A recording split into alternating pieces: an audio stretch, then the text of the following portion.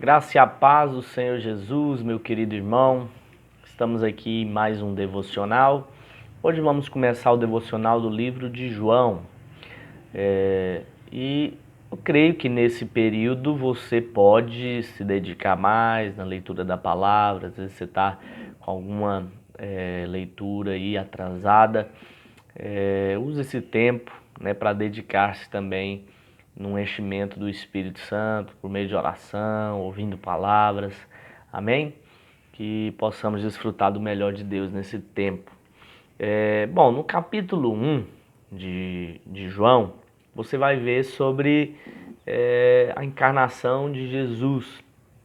E começa dizendo assim: no princípio era o Verbo, e o Verbo estava com Deus, e o Verbo era Deus. Bom, o Verbo aqui está falando a respeito de Jesus, amém? Ele é o Verbo, ele é a palavra. Ele estava no princípio com Deus. Todas as coisas foram feitas por intermédio dele, e sem ele nada do que foi feito se fez. A vida estava nele, e a vida era a luz dos homens. A luz resplandece nas trevas, e as trevas não prevaleceram contra ela. Então, por meio de Jesus, nós estamos guardados, protegidos. É por meio dele que todas as coisas foram formadas, por meio dele que nós podemos contemplar e desfrutar do melhor de Deus para as nossas vidas. Amém? Então, acalma o seu coração. Se nós servimos a esse Deus que criou todas as coisas, imagine o que ele não vai fazer por nós. Amém, irmãos? No verso 12, eu gosto muito desse texto, diz assim: todos quantos receberam o Verbo, que é Cristo, deu-lhes o poder de serem feitos filhos de Deus, a saber, aos que creem no seu nome, os quais não nasceram do sangue, nem da vontade da carne, nem da vontade do homem, mas de Deus. E o Verbo se fez carne e habitou entre nós, cheio de graça e de verdade, e vimos a sua glória, como a glória do unigênito do Pai. Então, o texto aqui no verso 12 diz que aqueles que receberam o Verbo, aqueles que receberam a Jesus, esses foram feitos filhos de Deus.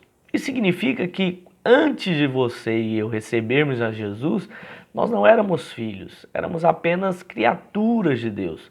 Mas uma vez que você o recebe, você é feito filho de Deus.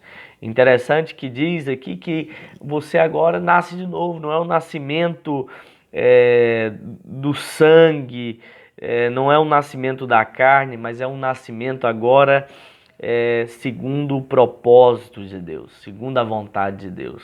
Amém, meus irmãos? E o próprio João mesmo testifica a respeito de Jesus, que é esse unigênito. E no verso 16 diz assim: porque todos nós temos recebido da sua plenitude e graça sobre graça. Agora olha só o verso 17. Porque a lei foi dada por intermédio de Moisés.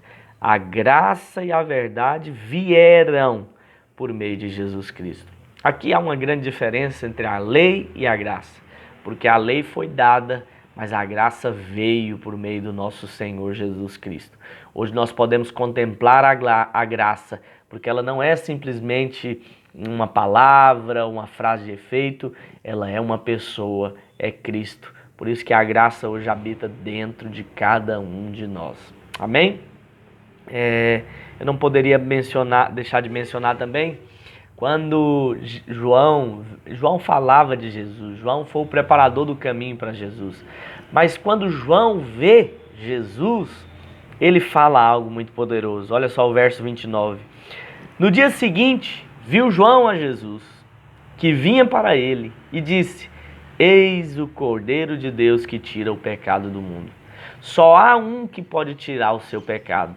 Só há um que pode nos conduzir aos braços do Pai, que é o nosso Senhor Jesus Cristo. Ele é o Cordeiro de Deus que tira o pecado do mundo. Amém? Depois Jesus começa então a chamar alguns dos discípulos e acontece um fato interessante. Jesus ele chama Filipe e Filipe decide chamar o seu amigo Natanael. Olha só o verso 45. Filipe encontrou Natanael e disse-lhe: achamos aquele de quem Moisés escreveu na lei e a quem se referiam os profetas, Jesus o Nazareno, filho de José. Achamos.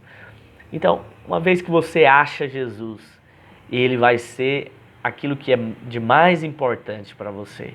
Não existe outro mais importante, não existe outro mais poderoso do que ele. Mas aí Natanael fala, olha só, perguntou-lhe então Natanael, de Nazaré pode sair alguma coisa boa? Respondeu-lhe Filipe, vem e vê. Porque ele não acreditou que de Nazaré poderia sair algo bom. Mas a resposta de Filipe foi interessante, venha e veja. Muitas pessoas às vezes não conhecem, não conseguem reconhecer a Jesus, porém quando elas vêm e veem, elas então são tocadas e transformadas por esse Deus poderoso. Amém? Então a mensagem que eu tenho para você é: vem e veja o que o Senhor vai contemplar, o que o Senhor vai manifestar na sua vida. No capítulo 2, Jesus faz o seu primeiro milagre, ele decide fazê-lo num casamento. Interessante que Jesus aqui se importa com aqueles que estavam casando. O vinho se acabou, né? E isso era uma catástrofe. Seria um dia inesquecível no mau sentido, né? Eles não iriam esquecer daquele dia porque seria um vexame terrível. Mas Jesus, se importando com a necessidade do casal, ele decidiu então transformar água em vinho. E é interessante que o vinho que Jesus transformou, a água que Jesus transformou em vinho, ela era melhor, o vinho se tornou melhor do que o primeiro, né? Então Jesus, ele pode ser esse vinho, essa alegria na sua vida, no seu casamento. O vinho na Bíblia aponta para muitas coisas, mas uma delas é alegria, né? Aqui nesse casamento a alegria tinha acabado. Talvez na sua casa, sua família, a alegria tenha acabado, mas você serve a um Deus que pode transformar água em vinho. Amém? Basta você convidá-lo para a sua vida. Basta você chamá-lo para estar presente junto com você. O verso 2 diz: Jesus também foi convidado com os seus discípulos para o casamento. O que fez a diferença nessa festa foi o fato de Jesus estar lá.